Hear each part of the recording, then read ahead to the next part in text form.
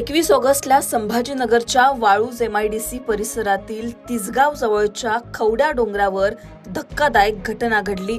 19 वर्षीय कुणाल चांदगुडे, त्याचे वडील मुरलीधर चांदगुडे आणि त्याची आई संगीता चांदगुडे यांचा मृत्यू झाला।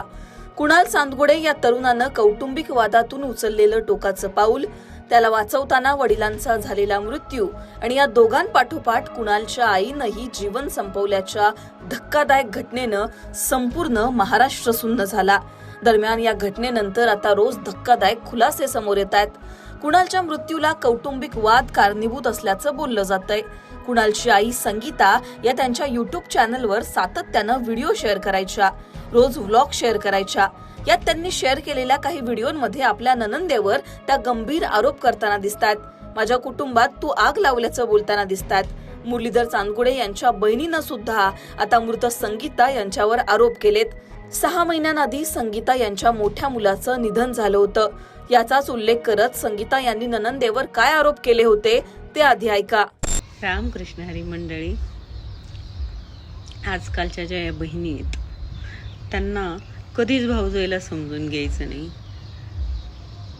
कधी तिच्या मुलांवर प्रेम नाही करायचं, सतत शिवीगाळ करायची, भावाच्या संसारात आग लावायची, भांडणं करवायची, त्रास द्यायचा। एक प्रकारे म्हटलं तर भावाचा संसार कसा मोडता येईल याचा प्रयत्न करायचा आणि जर तो नाही मोडता आला तर मग प्रॉपर्टीमध्ये हिस्सा मागायचा, प्रॉपर्टी घ्यायची, भावाच्या दुःखामध्ये त्याला साथ नाही द्यायची, भाऊजाईला समजून नाही घ्यायचं।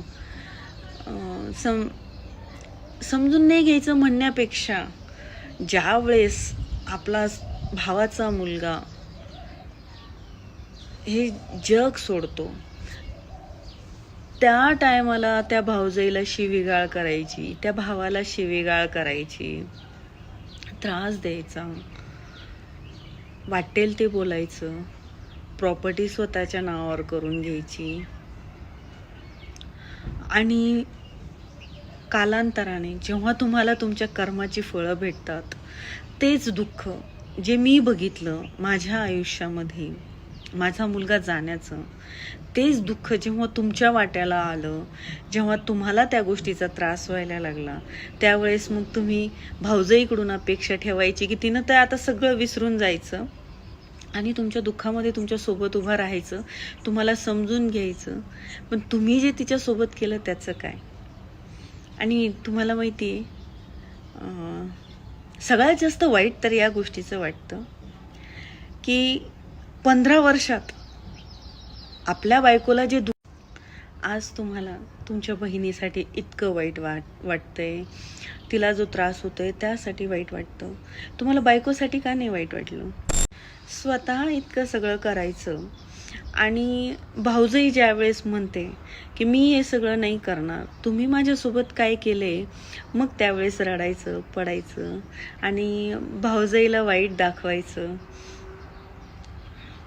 तुम्ही किती वाईट वागलात तिच्यासोबत हे विसरून जायचं। आणि सगळ्यात मोठी गंमत माहिती आहे काय, की त्या भावाने म्हणायचं की तिला दुःख झालं, विसरून जा, तिचं आपण नाही बघणार तर कोण बघणार? हा विचार त्यावेळेस कुठे गेला होता हो? मला त्या भावांना पण विचारायचं।